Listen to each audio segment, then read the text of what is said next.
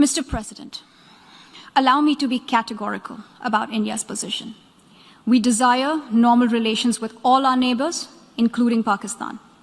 However, it is for Pakistan to work sincerely towards creating a conducive atmosphere, including by taking credible, verifiable, and irreversible actions to not allow any territory under its control to be used for cross-border terrorism against India in any manner by the leader of Pakistan to tarnish the image of this august forum by bringing in matters internal to my country and going so far as to spew falsehoods on the world stage. While such statements deserve our collective contempt and sympathy for the mindset of the person who utters falsehood repeatedly, I am taking the floor to set the record straight. Regrettably, this is not the first time the leader of Pakistan has misused platforms provided by the UN to propagate false and malicious propaganda against my country, and seeking in vain to divert the world's attention from the sad state of his country, where terrorists enjoy free pass while the lives of ordinary people, especially those belonging to the minority communities, are turned upside down. Mr. President, member states are aware that Pakistan has an established history and policy of harboring, aiding, and actively supporting terrorists. This is a country which has been globally recognized as one openly supporting, training, financing, and arming terrorists as a matter of state policy. It holds the ignoble record of hosting the largest number of terrorists proscribed by the UN Security Council. Mr. President, we marked the solemn occasion of the 20th anniversary of the 9/11 terror attacks just a few days back. The world has not forgotten that the mastermind behind that dastardly event, Osama bin Laden, got shelter in Pakistan. Pakistan leadership continues to glorify him as a martyr. Regrettably, even today, we heard the leader of Pakistan trying to justify acts of terror. Such defense of terrorism is unacceptable in the modern world.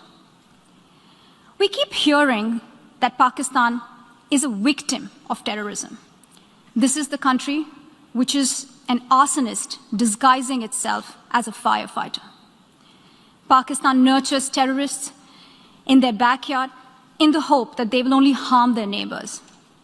Our region, in fact, the entire world, has suffered because of their policies. On the other hand, they are trying to cover up sectarian violence in their country as acts of terror. Mr. President, this is also the country that still holds the despicable record in our region of having executed a religious and cultural genocide against the people of what is now Bangladesh. As we mark the 50th anniversary this year of that horrid event in history, there is not even an acknowledgement, much less accountability.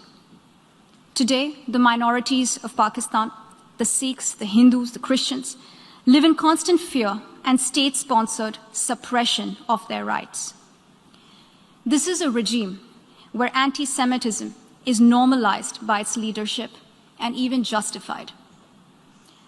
Dissenting voices are muzzled daily, and enforced disappearances and extrajudicial killings are well documented. Mr. President, unlike Pakistan, India is a pluralistic democracy with a substantial population of minorities who have gone on to hold highest offices in the country, including as President, Prime Minister, Chief Justices, and Chiefs of Army Staff.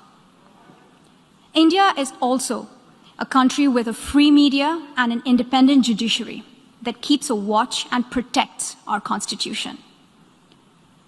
Pluralism is a concept which is very difficult to understand for Pakistan, which constitutionally prohibits its minorities from aspiring for high offices of the state. The least they could do is introspect before exposing themselves to ridicule on the world stage. Finally, Mr. President, let me reiterate here that the entire Union territories of Jammu and Kashmir and Ladakh were, are, and will always be an integral and inalienable part of India. This includes the areas that are under the illegal occupation of Pakistan.